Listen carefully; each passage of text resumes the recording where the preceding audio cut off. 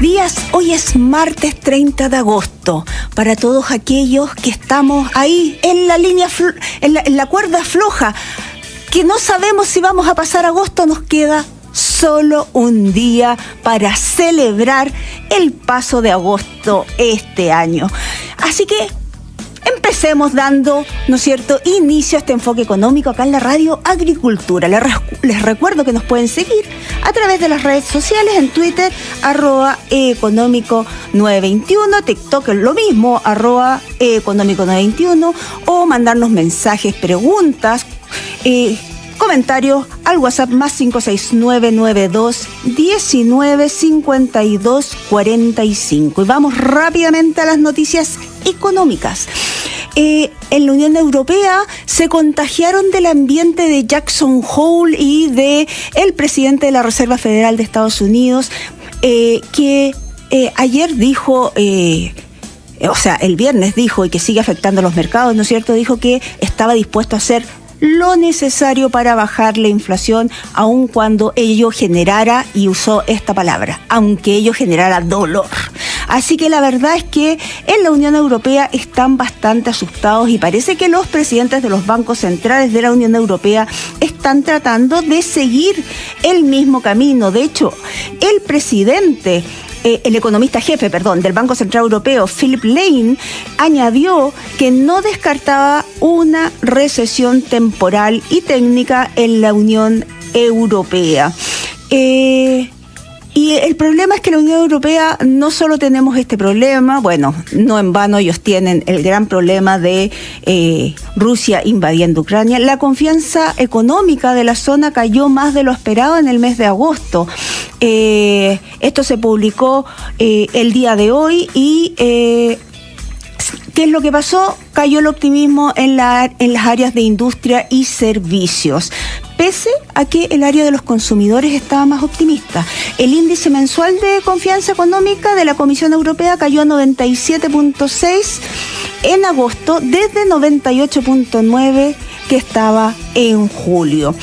Y esa fue una caída bastante mayor que lo que se esperaba. Se esperaba que solo cayera a 98. Y en Chile se acaban de publicar los datos del mercado laboral. El INE publicó la tasa de desocupación, que se ubicó en 7.9% durante el trimestre móvil mayo-julio del 2022. ¿Qué es lo mejor de esto? Después de que el mes pasado, comparado mes con mes, el empleo, la cantidad de personas empleadas había caído 0,2%, este mes el empleo se incrementó, volvió a cambiar de tendencia en 0,1%. Sin embargo, luego de 5 meses consecutivos de caídas, la confianza de los consumidores chilenos, probablemente de alguna manera influenciada por las expectativas de resultados de este domingo, mejoró levemente en agosto. Así lo reveló el indicador Ipsos, que subió 0,1 puntos en el último periodo, llegando a 37.8. O sea, agosto 37.8. Recordemos que optimismo es 50 hacia arriba, así que estamos bastante bajo el optimismo. Chile, de este modo, se ubica en el lugar 23 de las 28 economías medidas. Solo hay 5 economías más pesimistas que nosotros. Y el gobierno indica que va a retrasar los lineamientos de los proyectos de pensiones para desacoplarlos del plebiscito. La decisión fue tomada por el Ministerio del Trabajo y Previsión Social, y que lo que dijeron fue que quieren separar el aspecto eleccionario de las políticas públicas. A mí me llama la atención que eso diga el Ministerio del Trabajo cuando el día de ayer le pusieron urgencia al proyecto de reforma tributaria. Quizás el ministro Marcel debería seguir lo mismo que está haciendo la ministra Jara y dejar las votaciones para después de las elecciones, de modo que las elecciones no influyan en las votaciones de los parlamentarios. Y el Colegio Médico se pronunció respecto a la crisis de las ISAPRES. José Miguel Bernucci, secretario nacional del gremio, dijo que si el riesgo financiero de las ISAPRES arrastra a los prestadores, ¿quiénes son los prestadores? Las clínicas, el que entrega el servicio de médico, digamos, puede poner en peligro al sistema. Si ya el Colegio Médico está diciendo que se puede poner en peligro al sistema, es que el sistema ya está absolutamente bajo peligro. Y la editorial de Financial Times indicó que el proyecto de Constitución de Chile, el que se vota este 4 de septiembre, tiene graves fallas. La institución dijo que este mercado emergente exitoso, refiriéndose a Chile, merece una mejor declaración de derechos.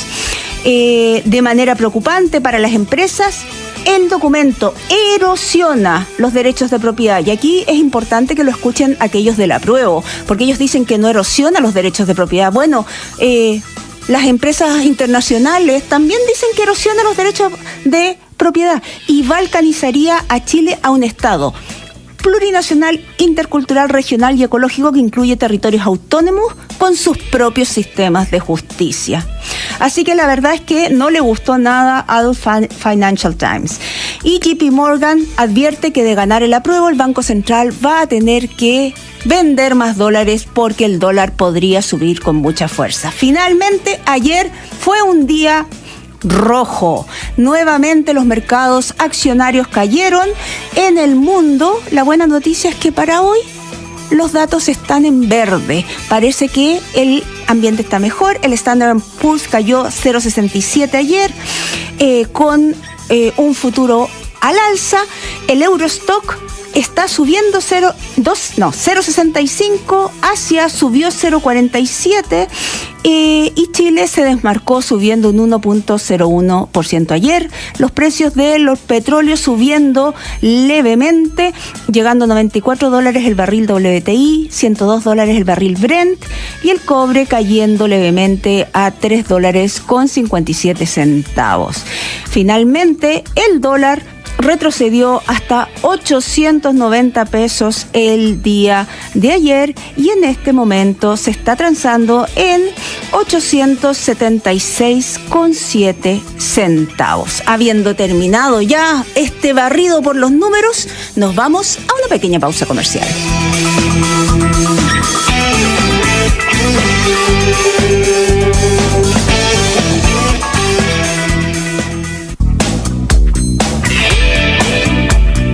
Y volvemos a Enfoque Económico acá en la Radio Agricultura. Y nuestro invitado del día de hoy es don Jorge Riesco, consejero de la SONAMI y candidato a ser presidente de la misma entidad. Candidato que se define mañana. O sea, tenemos mañana elecciones en la SONAMI. ¿Cómo estás, Jorge? Muchas gracias por venir esta mañana a nuestro programa. Hola, buenos días, Michelle. Encantado. Jorge, antes de empezar, hay mucha gente que probablemente sabe que la SONAMI tiene algo que ver con minería, pero no sabe mucho más de la SONAMI. Cuéntanos qué hace, cuál es la diferencia, por ejemplo, con otras entidades que agrupan grandes mineras y cómo funcionan, cuál es su labor. Bueno, la SONAMI, la Sociedad Nacional de Minería, es una federación gremial, agrupa empresas, agrupa a asociaciones gremiales mineras de pequeños mineros, desde Arica a la región de los lagos. Nació a la vida el 23 de noviembre del año 1883. O sea, viejita la SONAMI. Muy centenaria, sí, exactamente. Y reúne en general a toda la minería privada de Chile, sea pequeña, mediana o gran minería. Se relaciona con otras entidades. Existen otras entidades que representan algunas otras sensibilidades o algunas otras tendencias, digamos, dentro de la industria, pero en general es la entidad que agrupa a toda la minería y como tal es parte de la Confederación de la Producción y del Comercio también, una de las 6 ramas que integran la CPC. Perfecto. Y cuéntame, Jorge, tú estás de consejero para presidir un nuevo periodo en esta asociación gremial. ¿Qué es lo que quieres hacer con la SONAMI? ¿Quieres mantener lo que lleva hasta ahora el trabajo que ha hecho la SONAMI? ¿Quieres hacer algunos cambios? ¿Cuál es tu oferta de valor, no es cierto, para los mineros? Bueno, lo primero hay que reconocer que la actual directiva ha tenido una gran gestión, liderada por Diego Hernández, una persona que ha sido la cabeza de probablemente las principales mineras del mundo, ¿no es cierto?, incluida Codelco en Chile, y ha tenido una buena conducción de la Sonami. Yo le reconozco, digamos, todo eso, y espero continuar las cosas positivas que han hecho. Ahora, nuestra mesa, nuestra candidatura pretende sí tener algunos énfasis especiales. La mayoría de nosotros proviene del sector de la mediana minería, que principalmente son empresas con capitales nacionales, ¿no es cierto?, que tienen una identificación más bien regional y que tienen algunas necesidades particulares respecto a su normativa que los rige, a las necesidades que tienen, y por lo tanto nosotros aspiramos a representar con mayor énfasis esa diversidad que hay dentro de la Sonami, y particularmente en la mediana minería, ¿no? Hoy día hay un punto de inflexión. Se habla de que ya los grandes proyectos, los megaproyectos mineros se han acabado, no hay descubrimiento de grandes yacimientos mineros, y por lo tanto, frente a la demanda creciente no solo de cobre, sino que de litio, de cobalto, de otros metales para la electromovilidad y para todos los cambios que se van a producir en el mundo en los próximos años, se requiere reaccionar de alguna manera. Y en ese escenario, la mediana minería tiene, creemos nosotros, una posición muy importante, y por lo tanto aspiramos nosotros a crear una conciencia en torno a la posibilidad, a las alternativas que abre la mediana minería, si es que tenemos un ámbito normativo y de incentivos suficiente como para que se desarrolle. Y justamente yéndonos al tema del ámbito normativo, porque al final que la minería surja y que surjan las grandes y no las chicas, o las chicas y no las grandes, depende mucho, claro, depende del yacimiento, pero también depende mucho de cuáles son las regulaciones que están afectando al sector. Vamos a lo que viene ahora, ¿no es cierto? No solo tenemos la elección de la Sonami mañana, este domingo tenemos el plebiscito constitucional. Y ciertamente para la minería vienen cambios muy relevantes en el borrador de nueva constitución. ¿Cómo le pegaría esta nueva constitución, si es que llegara a aprobarse, al sector minero? Bueno, lo primero que hay que decir, que es algo transversal a los pequeños mineros, a los medianos mineros, a las grandes compañías mineras, es que el régimen jurídico de concesiones mineras que hoy día tenemos ha sido una garantía y un pilar fundamental para el desarrollo de la minería, ¿ah? Uno puede tener en cuenta desde la dictación, ¿no es cierto?, de las ordenanzas generales de España que hizo el rey en 1787, se ha estado tratando de incentivar la minería por la vía de asegurar los derechos de los que explotan las minas, y que se hagan efectivamente dueños de las riquezas que descubren, ¿no es cierto?, sin perjuicio de la contribución que hagan a la corona primero, al Estado ahora, ¿no es cierto? Y desde ahí hemos tenido una evolución como país. El primer código de minería de 1874, me parece que ya reconoció eso. El código de 1888, que fue dictado justo después de la creación de la Sonami y a instancias de esa federación gremial, también reconoció un sistema de concesiones mineras fuerte que garantizaba al concesionario la propiedad de los minerales que produjera, ¿no es cierto?, y apropiarse de esa riqueza. Y así el código del 32, incluso después de la nacionalización, ¿no es cierto?, se mantuvo vigente el mismo Código de Minería de 1932 que garantizaba propiedad plena sobre los minerales. Hay un pilar ahí, y eso es transversal para toda la industria. La misma pequeña minería, en el último Consejo General, ¿no es cierto?, que tuvimos de Sonami, pidió, ¿no es cierto?, que se hiciera todas las gestiones necesarias como para mantener ese sistema, porque ellos lo creen importante. Y eso es algo que hoy día queda en un vacío. Durante la tramitación del proyecto, ¿no es cierto?, se hicieron presentaciones y se propuso mantener el sistema de concesiones mineras. Sin embargo, esto no fue acogido.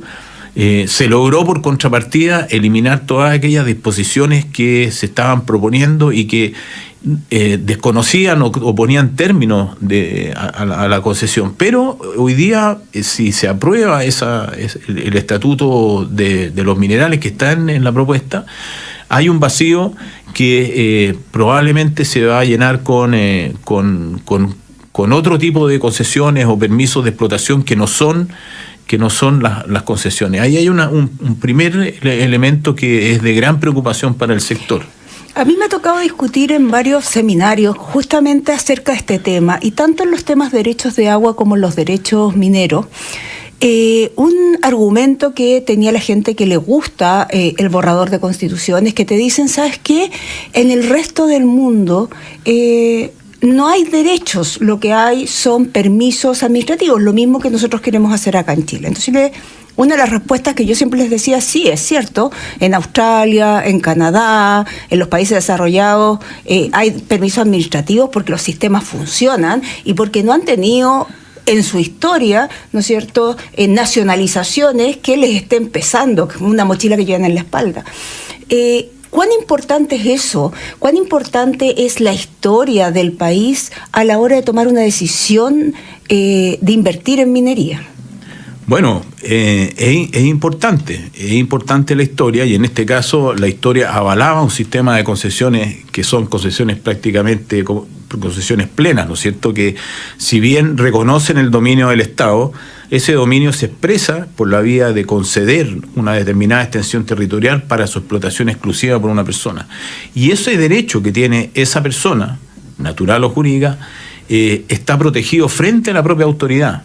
Es más, aquí las concesiones se generan judicialmente, por una sentencia judicial, ni siquiera por un acto de autoridad. La autoridad tiene un rol en la formación de la concesión por la vía de revisar todas sus condiciones de constitución, pero se genera constitucionalmente. Eso ha sido muy importante, y como decía antes, tenemos una tradición minera desde la época de la colonia, ¿no es cierto?, desde la dictación del Código Civil, que reconociendo el dominio del Estado sobre todas las minas, también dijo que ese dominio era para entregarlo en explotación. Y eso es lo que ha permitido el desarrollo minero aquí.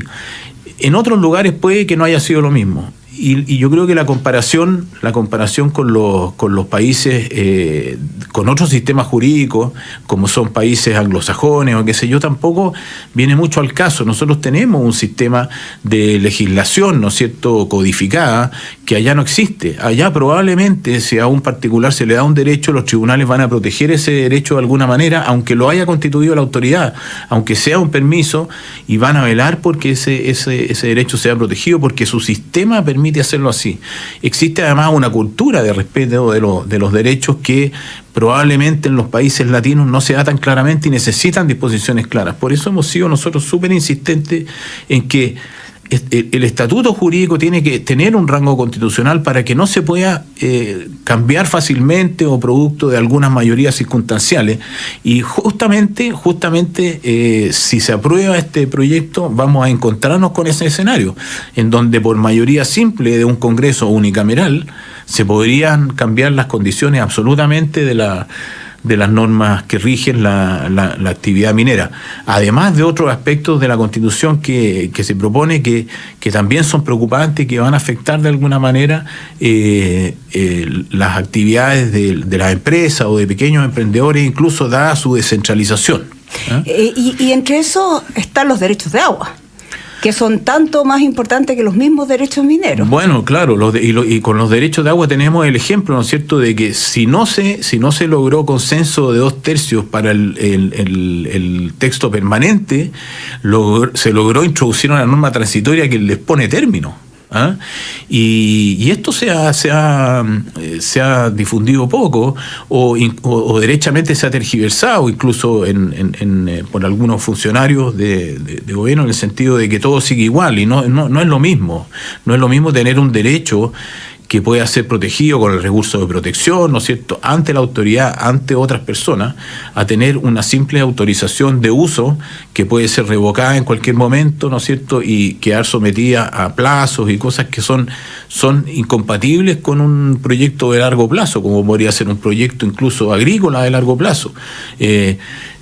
Cultivos como frutales o Nogales, ¿no es cierto?, que son los que yo conozco, son proyectos de 20, 25 años, en donde los árboles se demoran entre 5 y 7 años en producir. Entonces, no sé, yo creo que se licúa demasiado los derechos, digamos, como para actividades que son riesgosas, como la minería. La minería es esencialmente riesgosa, tiene un componente de incertidumbre bastante grande, y que las normas hasta ahora vigentes han logrado solucionar y abordar adecuadamente, creemos nosotros. Sí, mira, el editorial del Financial Times del día de hoy salió diciendo que el proyecto de Constitución en Chile tiene graves fallas, y dentro de las fallas,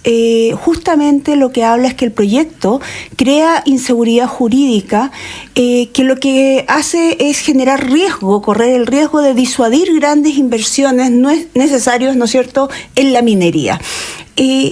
¿Tú has visto, has observado dentro del gremio que existe alguna sensación de riesgo mayor hoy día de lo que existía antes respecto de la minería? Bueno, sí, de hecho la Sonami acaba de divulgar, yo creo que está disponible en la página web de la Sonami, un estudio de riesgo utilizando la misma metodología de análisis de riesgo que usan las empresas para analizar riesgos del mercado, riesgos de operaciones incluso. Identificaron varios riesgos que derivaban del texto constitucional. Minería y debate constitucional. Ese es un documento general que es más bien generado por abogados, ¿no es cierto?, y personas ligadas más a lo jurídico, pero yo creo que debe estar publicado. Yo recomiendo su lectura, y si no, nos vamos a encargar de divulgarlo, ¿no es cierto?, adecuadamente, pero ahí se establecen ciertos riesgos. Ahora, efectivamente, los proyectos más grandes tienen la ventaja de que pueden estar protegidos por otro tipo de instrumentos. Algunas inversiones aquí en Chile todavía están protegidas por contratos ley, digamos, claro, con el Estado, que les aseguran alguna protección en tribunales internacionales, etcétera, etcétera. Pero era el decreto ley 600. 600, ¿no es cierto? Y el Comité de Inversión Extranjera, hoy día el decreto ley está derogado, ¿no es cierto? Pero se reconocieron de las inversiones. Se reconoce lo que se comprometió en ese momento. Exactamente. Y por lo tanto, probablemente las mayores inversiones están de alguna manera protegidas de eso. Y siempre uno ve en otros países, ¿no es cierto?, de que grandes compañías con inversiones, no sé, 5.000 millones de dólares, como son algunos proyectos ahora en curso incluso, tienen esa posibilidad de pactar directamente. Pero el resto de los ciudadanos y los capitales nacionales incluso están sujetos a los vaivenes de la misma legislación local, y eso es lo que nos está pasando. Hoy día, por ejemplo, que se está discutiendo la reforma tributaria, en donde se acaba la integración del impuesto. Es decir, eso significa que se acaba esto de que haya un solo impuesto a las rentas, y que en la medida en que lo genera la empresa paga una tasa, y en la medida en que el inversionista lo retira de la empresa, paga una tasa distinta, pero puede imputar el impuesto que ya pagó la empresa. O puede utilizar, digamos, claro, el impuesto que ya está pagado. De manera tal de que si no retira utilidades, no va a pagar impuestos adicionales, sino que se va a quedar con el impuesto que generó la empresa. Por lo tanto, desincentiva el gasto e incentiva la inversión. Exactamente, pero ¿qué pasa? Que esa misma disposición que se está discutiendo para inversionistas extranjeros puede no tener aplicación, pero va a afectar directamente a los inversionistas nacionales, que son los que se sitúan en el sector de la mediana minería. Antes de seguir discutiendo este tema, Jorge, vamos a una pequeña pausa comercial. Bien. Y volvemos con el tema impuestos.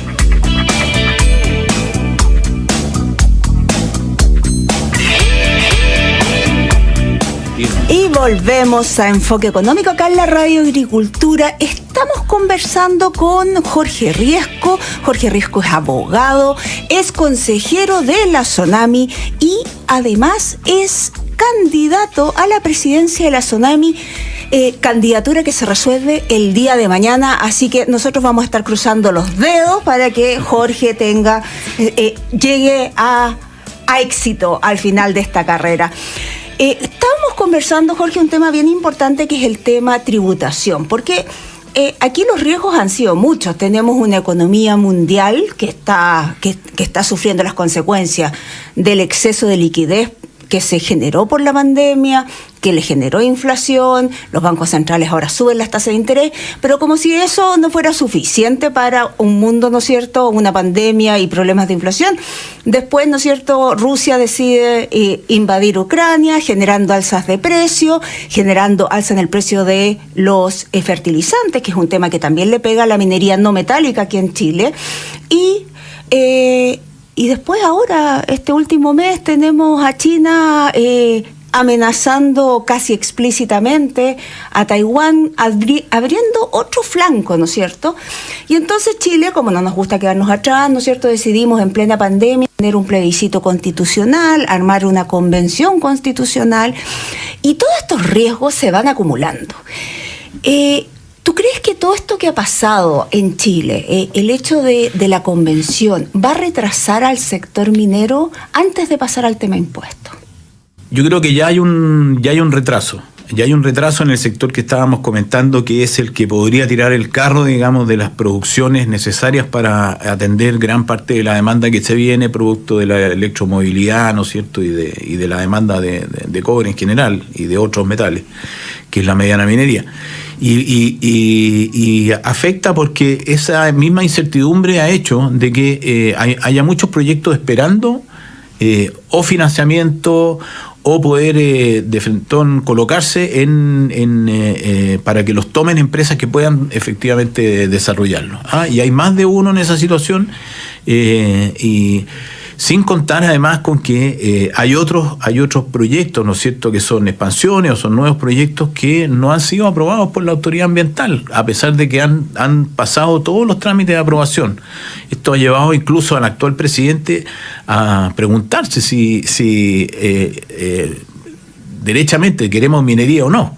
Pero además no es solo un tema de minería, porque yo el otro día conversaba con el presidente del Consejo Minero, y él lo que me contaba, que a mí me sorprendió, pero encontré que es un tema que los mineros deberían estar difundiendo, y es el hecho de que la autoridad ambiental está considerando los costos directos, pero no los beneficios directos, porque los beneficios directos de la extracción de cobre, de la extracción de litio y de otros productos, es que permiten electromovilidad, permitirían, si no sacamos estos productos de la tierra, no vamos a poder tener nunca un medio ambiente limpio, porque vamos a seguir dependiendo de los hidrocarburos para los autos. Si queremos tener autos que funcionen con energía eléctrica, si tenemos que tener autos que funcionen con hidrógeno, que es probablemente, mi sensación particular es que el hidrógeno va a superar a la energía eléctrica en términos de transporte, porque la electricidad todavía es de muy corto alcance.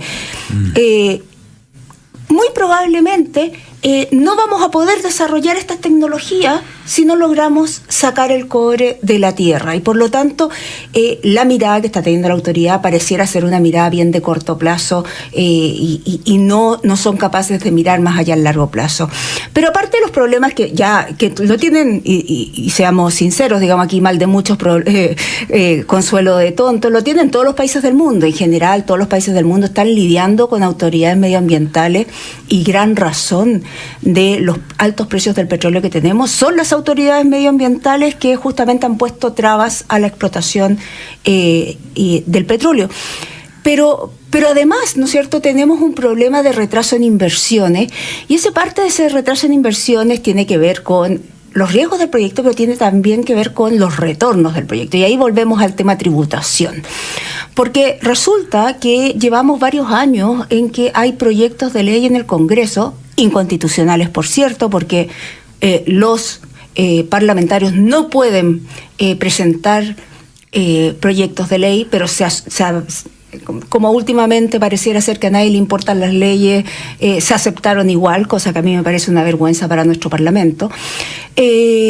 Hay proyectos de ley que en el fondo fueron enviados por parlamentarios y que tienen que ver con nuevos tributos mineros, algunos, por cierto, bastante descabellados, y que llevarían a que la minería se muera en Chile. Y la gente dice, ay, pero ustedes son exagerados, los economistas son siempre exagerados, dicen que esta industria se va a morir, y no se ha muerto. Las industrias no se mueren en un día, se mueren en 15 o 20 años. Esa es la tasa a la que se mueren. ¿Cómo ves tú el tema de estos impuestos? ¿Cómo va a afectar? Ya sabemos cómo afecta a las grandes mineras, porque las grandes mineras en general han ido a exponer. ¿Cómo afecta a la pequeña y mediana minería todo el tema impositivo? Bueno, antes que eso, si me permite. Sí, claro, dale. En cuanto al tema ambiental, cuando uno hace un reclamo acerca de las restricciones ambientales, no se está refiriendo a los estándares. De hecho, la minería en general ha procurado tener los más altos estándares. Reconocemos de que hay explotaciones, generalmente más pequeñas, que pueden ser subestándar, y sobre esas nosotros queremos de todas maneras realizar un trabajo mancomunado con la autoridad, digamos, para mejorar esas condiciones. Pero cuando uno se refiere a esas restricciones, se refiere más bien a la burocracia que hay detrás, o al procedimiento que hace que después de años de tramitación un proyecto sea rechazado, y de una manera inexplicable. Entonces, yo creo que ahí es donde hay que poner atención. Nosotros quisiéramos, digamos, poder ayudar en generar un sistema que permita resguardar esos estándares. Y sobre eso, esa es la base necesaria, digamos, para poder operar. Queremos ser una contribución a las necesidades de minerales que hay en el mundo hoy día, en el largo plazo, pero cumpliendo todos los estándares y siendo muy responsables con el medio ambiente, con las comunidades, socialmente, etcétera, etcétera. Eso es un desde que nosotros tenemos. Y eso es transversal. Antes de hablar de impuestos, o sea, porque evidente que la contribución de la minería es importante, y sabemos que hoy día van a existir necesidades, y el programa de este gobierno tiene necesidades de recursos que hay que abordar de alguna manera, y todos los sectores debemos contribuir. Pero hay una línea que determina, ¿no es cierto?, que en el largo plazo esto se haga sustentable o no. Es cierto que las grandes mineras, por sus características de inversión extranjera, pueden estar resguardadas de alguna manera, pero estamos discutiendo ahora un royalty con un componente ad valorem, o sea, con un porcentaje de las ventas que realmente no distingue en cuál es la situación de cada empresa. Entonces, las grandes también podrían estar afectadas por una situación que no solo va a mermar sus utilidades, que siempre se presumen tan altas, y que da la evolución de los costos, a veces no lo son tanto, y que puede afectar a un cierto rango de empresas que están bajo esa línea de flotación, que quedaría después de introducirle un porcentaje derechamente a las ventas, no a los márgenes, no a las utilidades. Entonces, tengamos cuidado con eso. Para los más pequeños, también te estaba mencionando el tema de la desintegración del impuesto. Ninguna empresa de largo plazo puede funcionar con el mismo stock de capital con el que empezó. Hay cambios, hay renovaciones de equipo, hay qué sé yo. Por lo tanto, la minería típicamente es una empresa con una alta reinversión. Gran parte de las utilidades se reinvierte no solo en equipo, no solo en fierro, se reinvierte en investigar nuevas reservas para tener más minerales, para prolongar vida útil, para reemplazar minerales de baja ley por otros mejores, etcétera, etcétera. O sea, hay todo una situación de reinversión. Y si los retiros de utilidades o las utilidades se castigan al punto de que se van a tributar aunque no se retiren, va a dar lo mismo retirarla, y por lo tanto la reinversión vamos a terminar haciéndola, no sé, con créditos, con préstamos, de otras maneras casi espurias, cuando en el fondo el sistema permite hacerlo bien. Jorge, yo sé que tú vas de candidato a presidente de una asociación gremial, y por lo tanto no es bien visto ser políticamente incorrecto, pero como yo no tengo aspiraciones de ese tipo, ni políticas, puedo ser absolutamente y políticamente incorrecta. A mi juicio, nuestro país tiene un problema fundamental, y aquí quiero volver a la legislación medioambiental. Porque más allá de que está perfecto que se exijan ciertas normas, ¿no es cierto?, que todos deben cumplir, nuestro sistema además hace que para grandes proyectos en general tú tengas que pasar por un comité de ministros, un comité político, no técnico.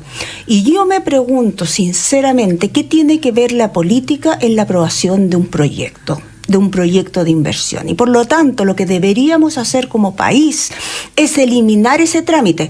Si las empresas cumplen con todas las condiciones medioambientales, pasan. Si no cumplen, no pasan. Así de simple, así debería ser y así sucede en otros países.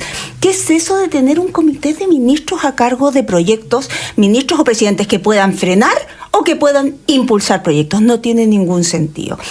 ¿Y por qué digo esto? Porque esto genera un riesgo adicional en la medición, que es que yo puedo estar 5 años gastando $2 millones, $3 millones, $5 millones en un permiso ambiental, ¿no es cierto?, o en armar el proyecto, y resulta que al final, después de que aprobé todo, de que tengo todo a favor, el proyecto es rechazado. Yo te hago un ofrecimiento, Jorge. Si tú quedas de presidente, yo te ofrezco que trabajemos juntos en un proyecto de ley que elimine a la política de la minería. Que la minería sea, como lo es en todos los países, un aspecto técnico, un aspecto productivo, en que se respeten. ¿Quieren subirle las condiciones medioambientales? Subamos las condiciones medioambientales, pero no metamos a la política entre medio. No sé qué te parece. Bueno, estaba hablando recién del procedimiento, sí. De todas maneras, digamos, y toda ayuda es bienvenida. Nosotros también tenemos nuestros cuadros técnicos ahí, creo que podríamos ser capaces de generar una iniciativa y es nuestra intención ser muy proactivos en esas proposiciones. Y yo creo que hay un buen ambiente. Fíjate que en el programa de gobierno tiene una declaración expresa acerca del fomento de la pequeña y mediana minería, que yo creo que hay que de alguna manera sacarle brillo, digamos. Si uno escucha a las autoridades, al subsecretario de Minería, que es una persona que viene incluso de la academia, pero que tiene las cosas muy claras, yo creo que sí hay una intención de hacerlo, y por lo tanto lo que hay que hacer aquí es conversar y ver bien qué es lo que queremos como ideal, ¿ah? Y en toda la ley ambiental, en todo el procedimiento que hay de aprobación de proyectos, está el tema ese que tú aludes, pero además hay otros temas antes, ¿no es cierto? La misma composición o los medios que tenga el servicio de evaluación ambiental, ¿no es cierto?, para evaluar los mismos proyectos, están entregados a los mismos servicios, en donde hay gente que claramente es antiminería, hace que los proyectos tengan una tramitación a veces tortuosa, ¿ah?